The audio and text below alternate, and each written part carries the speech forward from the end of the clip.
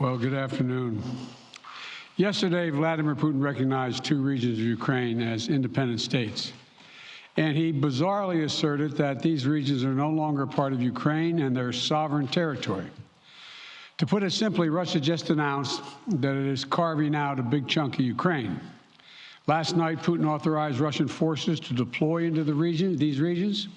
Today, he asserted that these regions are actually extend deeper than the two areas he recognized, claiming large areas currently under the jurisdiction of the Ukrainian government. He's setting up a rationale to take more territory by force, in my view. And if we listened to his speech last night, and many of you did, I know, he's setting up a rationale to go much further.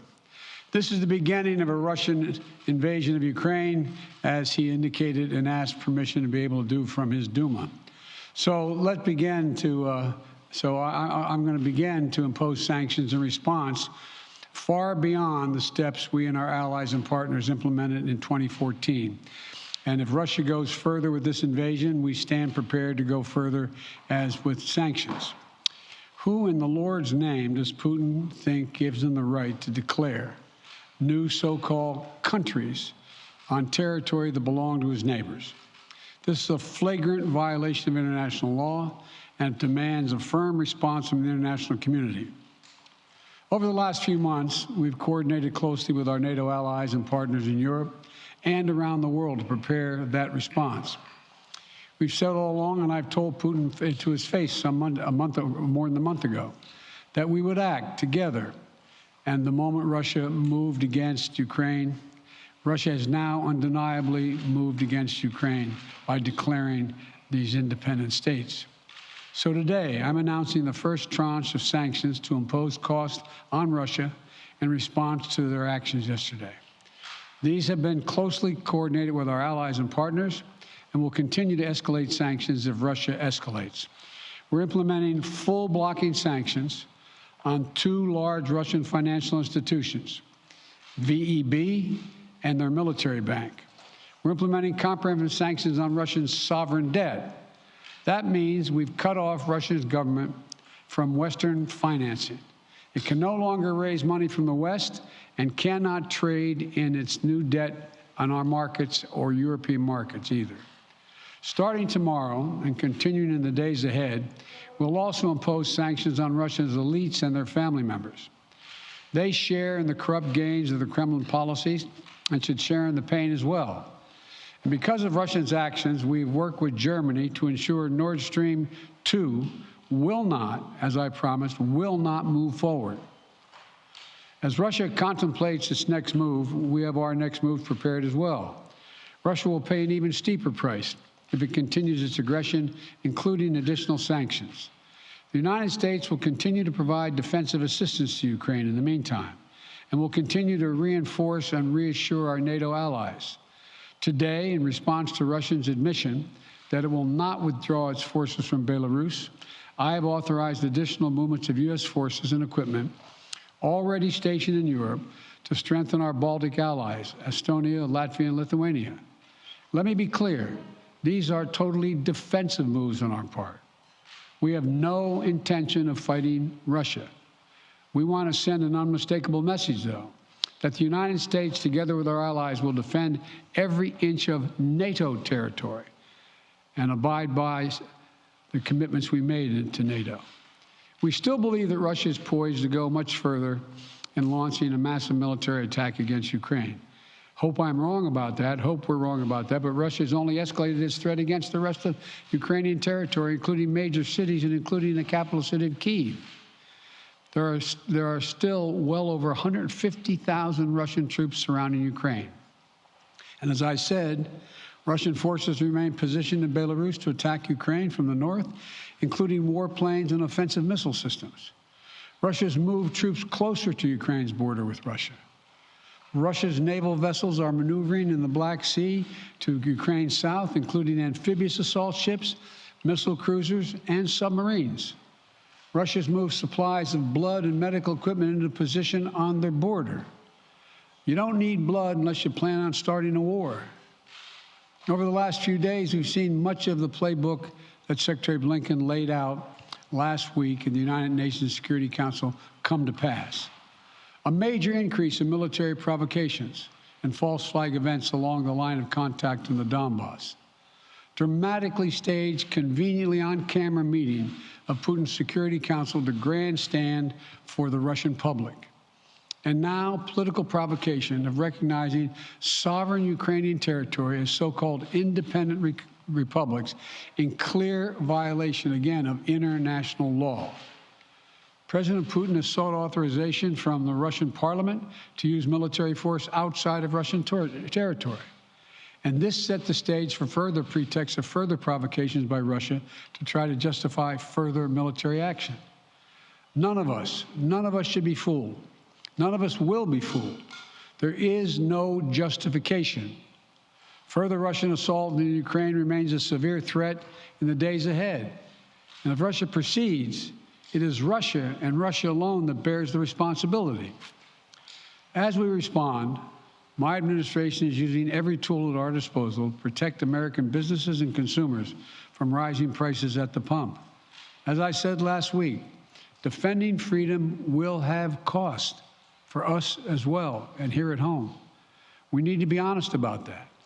But as we do this, I'm going to take robust action to make sure the pain of our sanctions is targeted at the Russian economy, not ours. We're closely monitoring energy supplies for any disruption.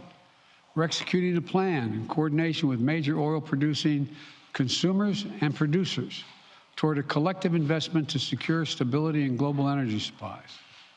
This will blunt gas prices. I want to limit the pain the American people are feeling at the gas pump. This is critical to me. In the last few days, I've been in constant contact with European leaders, including with Ukrainian President Zelensky. Vice President Harris met in person with the leaders in Germany over the weekend at the Munich conference, including President Zelensky. At every step, we have shown the United States and our allies and partners are working in unison, which he hasn't been counting on, Mr. Putin. We're united in our support of Ukraine. We are united in our opposition to Russian aggression. And we're united in our resolve to defend our NATO alliance. And we're united in our understanding of the urgency and seriousness of the threat Russia is making to global peace and stability. Yesterday, the world heard clearly the full extent of Vladimir Putin's twisted rewrite of history, going back more than a century, as he waxed eloquently, noting that, well, I'm not going to go into it, but nothing in Putin's lengthy remarks indicate any interest in pursuing real dialogue on European security in the year 2022. He directly attacked Ukraine's right to exist. He indirectly threatened territory formerly held by Russia, including nations that today are thriving democracies and members of NATO. He explicitly threatened war unless his extreme demands were met. And there's no question that Russia is the aggressor. So we're clear-eyed about the challenges we're facing. Nonetheless, there is still time to avert the worst-case scenario that will bring untold suffering to millions of people if they move as suggested. The United States and our allies and partners remain open to diplomacy if it is serious. When all is said and done, we're going to judge Russia by its actions, not its words. And whatever Russia does next, we're ready to respond with unity, clarity, and conviction. We'll probably have more to say about this as it moves on. I'm hoping diplomacy is still available. Thank you all very much. Russian President Vladimir Putin said Wednesday the country's interests were non-negotiable, as Moscow massed more than 150,000 troops on the borders with Ukraine and the West punished Russia with new sanctions.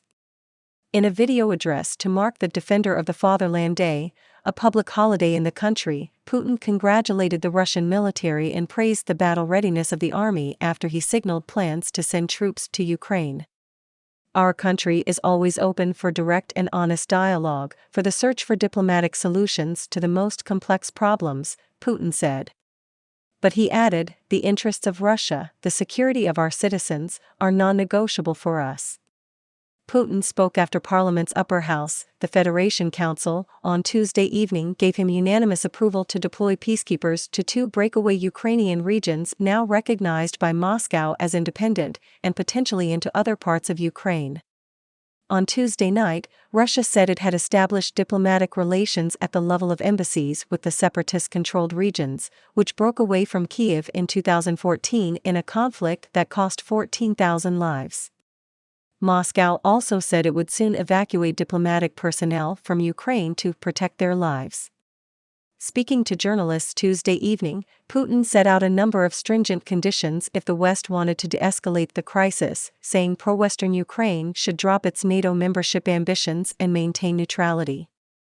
U.S. President Joe Biden on Tuesday announced tough new sanctions against Russia for beginning an invasion of Ukraine, but said there was still time to avoid war.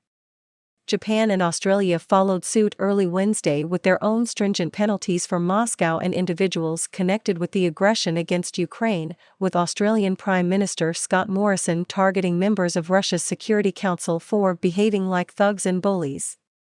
Biden announced what he called the first tranche of sanctions, including steps to starve Russia of financing and target financial institutions and the country's elites. But he left the door open to a final effort at diplomacy to avert a full-scale Russian invasion. "There's no question that Russia is the aggressor, so we're clear-eyed about the challenges we're facing," the president said. Biden's address followed a wave of sanctions announced by Britain and the European Union after Putin recognized the self-declared Donetsk and Lugansk separatist regions this week. Germany also announced it was halting certification of the Nord Stream 2 gas pipeline from Russia. Moscow said the sanctions regime would backfire. The U.S.-led sanctions will hurt the global financial and energy markets, Anatoly Antonov, Russia's ambassador to the United States, said in a Facebook post, adding that ordinary Americans will feel the full consequences of rising prices. Rejection of diplomacy. Putin's plans remained unclear Wednesday, but Western officials have been warning for weeks he has been preparing an all-out invasion of Ukraine, a move that could spark a catastrophic war in Europe. The Biden administration signaled it no longer believes Russia is serious about avoiding conflict, with Secretary of State Antony Blinken canceling a meeting with Russian Foreign Minister Sergei Lavrov scheduled for Thursday. Speaking to reporters on Tuesday, Putin said that Moscow had recognized the independence of Ukraine's separatist regions within their administrative borders, including territory controlled by Kyiv. He added that Western-brokered peace agreements on Ukraine's conflict no longer existed and stressed that the deployment of Russian troops would depend on the specific situation on the ground. The best solution would be if the current Kyiv authorities themselves refused to join NATO and maintain neutrality, Putin said. NATO chief Jens Stoltenberg said the alliance had every indication that Moscow continues to plan for a full-scale attack on Ukraine. Kyiv showed no sign of backing down, with Ukrainian Foreign Minister Dmytro Kuleba meeting Biden to appeal for more military aid. Russia's recognition move prompted an emphatic condemnation from United Nations Chief Antonio Guterres, who called it a death blow to the Minsk agreements endorsed by the UN Security Council. Further military aggression. Biden said Washington would continue to supply defensive weapons to Ukraine and deploy more U.S. troops to reinforce NATO allies in Eastern Europe. Kyiv recalled its top diplomat from Moscow as President Volodymyr Zelensky warned that Putin's recognition of the breakaway regions heralded further military aggression against Ukraine. French Foreign Minister Jean-Yves Le Drian said EU foreign ministers unanimously agreed on an initial sanctions package, as he also cancelled a meeting with his Russian counterpart.